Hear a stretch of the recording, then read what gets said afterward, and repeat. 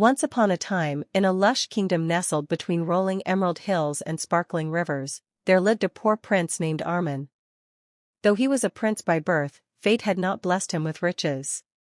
His father, the king, had passed away when Armin was very young, leaving him a modest inheritance, a small orchard and a few vineyards that barely yielded enough to feed the family.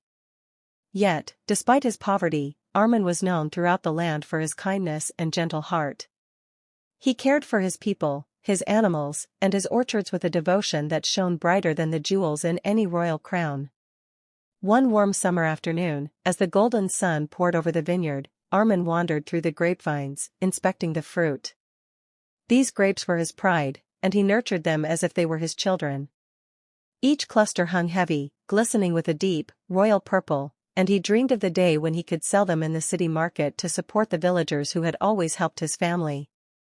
But there was a problem: the markets were dominated by wealthy merchants who scoffed at poor farmers and princes alike, and no matter how sweet and juicy his grapes were, Armin struggled to find buyers who would pay a fair price. As he sat beneath the shade of an old oak tree, brushing his hands over the soil, a soft, melodious giggle floated through the vineyard. Startled, Armin looked around but saw no one. The giggle came again, lighter and more musical, like the tinkle of tiny bells. He followed the sound, curious, until he came upon a single grapevine in the far corner of the orchard. There, perched delicately on a cluster of grapes, was the most enchanting creature he had ever seen, a tiny fairy no taller than his hand, with gossamer wings that shimmered in the sunlight.